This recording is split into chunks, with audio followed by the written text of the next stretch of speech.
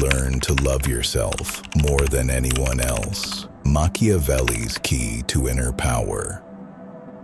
Most people are taught that self-love is selfish, that putting yourself first is arrogance. But Machiavelli would disagree. He believed true power begins when you stop begging for validation and start granting it to yourself. The man who doesn't need approval becomes immune to manipulation. He can't be guilted. He can't be swayed by flattery or destroyed by criticism, because he knows who he is, and more importantly, who he is not. Self-love isn't bubble baths and affirmations. It's discipline. It's holding yourself to a standard, even when no one's watching. It's saying no when the world expects you to say yes. That's not selfishness. That's sovereignty. When you love yourself more than anyone else, you stop tolerating less than you deserve. You stop shrinking to make others comfortable. You stop chasing people who don't even know what they want. Machiavelli knew that those who crave approval are easy to control. They'll bend, break, and betray themselves just to be liked. But the man who is self-sufficient in his worth, he's dangerous, because you can't seduce him with compliments or control him with rejection.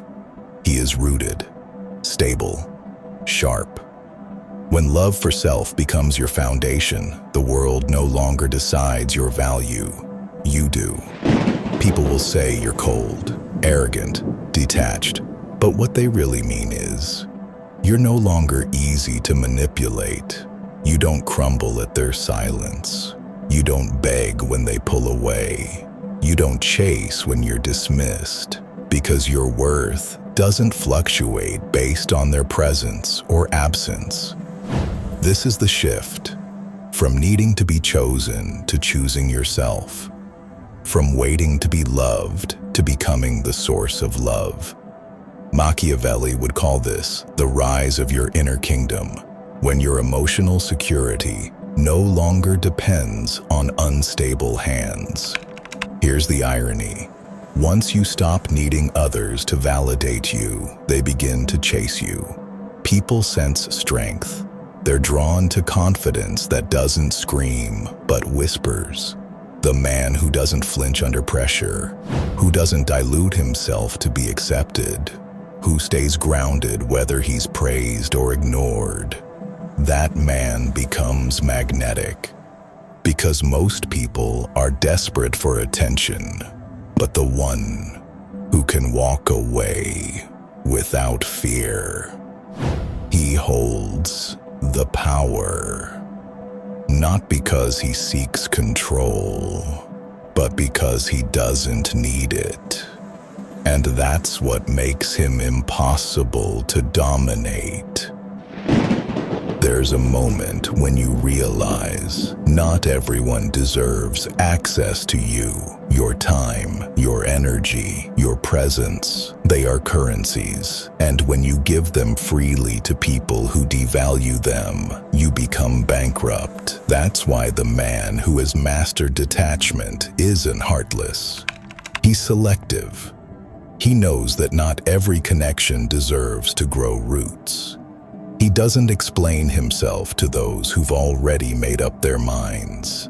He doesn't argue with ignorance or seek peace with chaos.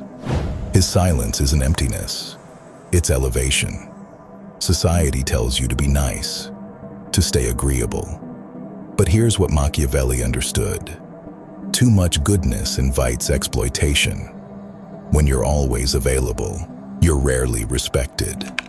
When you always say yes, your value diminishes. That's why power demands boundaries. Not walls, but gates, with locks that only open for the worthy. You stop performing for applause. You stop leaking energy into people who drain you. And you realize that sometimes the most powerful thing you can say is nothing at all. Because not every battle deserves your sword.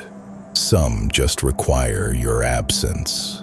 There's a shift that happens when you no longer seek to be understood because you finally understand yourself. And in that shift, your power multiplies. You stop needing to correct people's assumptions. You stop chasing closure or clarity from those committed to misunderstanding you.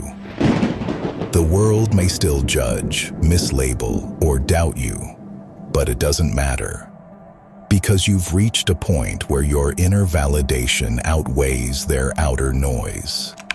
That's when your confidence goes quiet. Not because it's unsure, but because it no longer needs to shout. And now, you walk differently. Not faster, not louder, but with weight, with intention. Because every step you take is owned, not borrowed. You no longer run from solitude, because you've realized that peace lives there. You no longer beg to be chosen, because you've chosen yourself. And that's when everything changes. People feel your absence more than they ever valued your presence.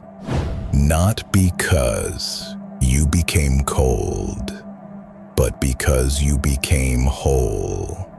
And the truth is, wholeness is intimidating, especially to those still searching for themselves.